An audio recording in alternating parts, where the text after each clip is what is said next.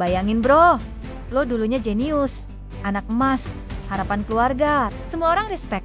Tapi tiba-tiba, boom, semua kekuatan lo hilang. Orang-orang mulai nyinyir. Dan lo dianggap pecundang. Yang tadinya dipuja, sekarang malah dihina. Gimana rasanya? Itulah yang dialami Xiaoyan dari calon petarung terkuat, jadi bahan tertawaan di klannya sendiri. Tapi bro, kisah ini belum selesai. Karena satu hal yang harus lo ingat, orang yang diremehkan bisa jadi orang yang paling berbahaya. Oke, jadi ceritanya makin parah. Nalan Yanran, tunangan Xiaoyan, tiba-tiba ngedam dia.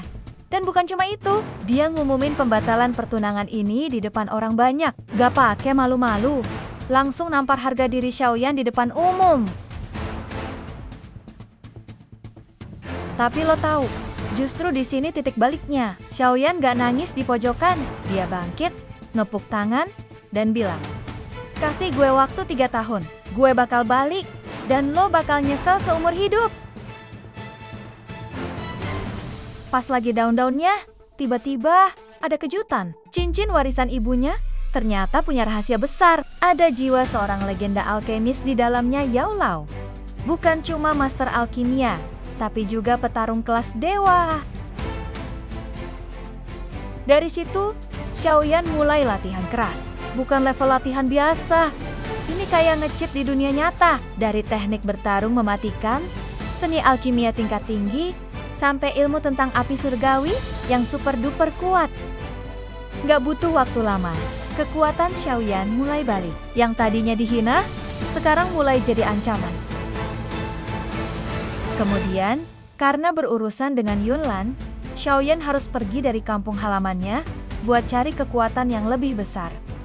Tujuan pertama adalah Akademi Jianan, tempat kumpulan para monster muda dari berbagai klan kuat. Tapi apa lo pikir dia takut? Kagak. Bukannya low profile, Xiaoyan malah bikin gebrakan. Dia bikin geng sendiri, namanya Gerbang Pans, sampai akhirnya dia jadi bos besar di akademi. Di sini juga, dia ketemu banyak teman dan musuh.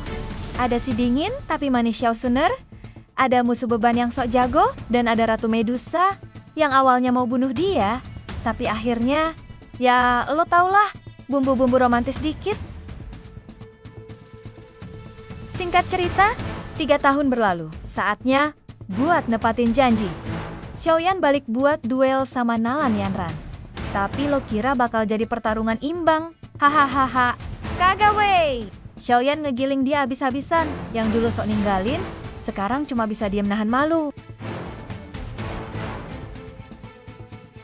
Tapi bro, ini baru awal. Dendam yang sebenarnya bukan cuma ke satu orang, tapi ke seluruh sekte mistik Cloud. Dan kalian tahu apa yang terjadi? Xiaoyan gak cuma menang aja kali. Dia ngehancurin sekalian sekte itu. Wow, mantul dah Mang Oyan. Tapi, kemenangan ini punya harga besar. Gurunya, yaitu Yao Lao, diculik oleh Aula Jiwa. Dan dari sini nih, perjalanan Xiaoyan semakin gila dan epik. Kalian pasti mau protes. Lah, kan pertarungan Xiaoyan lawan Nalan Yanran sama penangkapan Yao Lao itu beda waktunya. Santai bro, gue emang sengaja nyatuin biar lebih ngalir ceritanya. Yang penting, kalian udah dapet gambaran besar perjalanan Xiaoyan kan? Ngadepin Aula Jiwa bukan main-main. Mereka bukan cuma musuh biasa. Mereka punya rahasia gelap yang berkaitan sama dunia ini. Tapi Xiaoyan gak mundur. Dia ngumpulin api surgawi baru, naik level berkali-kali, dan mulai ngebangun aliansi buat perang besar. Dan yang paling bikin shock, semua yang terjadi sama dia ternyata ada hubungannya sama masa lalunya dan ayahnya yang hilang.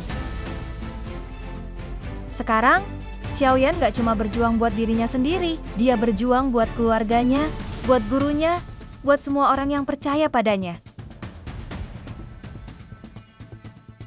Dari anak buangan, sekarang jadi ancaman terbesar buat musuh-musuhnya. Tapi perjalanannya masih panjang. Ada satu musuh terakhir yang harus dia hadapi, yaitu klan Hun, yang punya kekuatan buat ngerusak dunia ini. Apakah Xiaoyan bakal mencapai puncak? Apakah dia bakal jadi legenda yang melampaui semua pendahulunya? Satu hal yang pasti, ini bukan akhir. Ini baru permulaan, dan kisah Battle Through the Heavens masih berlanjut. Terima kasih sudah menonton. Jangan lupa like, komen, dan subscribe ya. Sampai jumpa di video selanjutnya.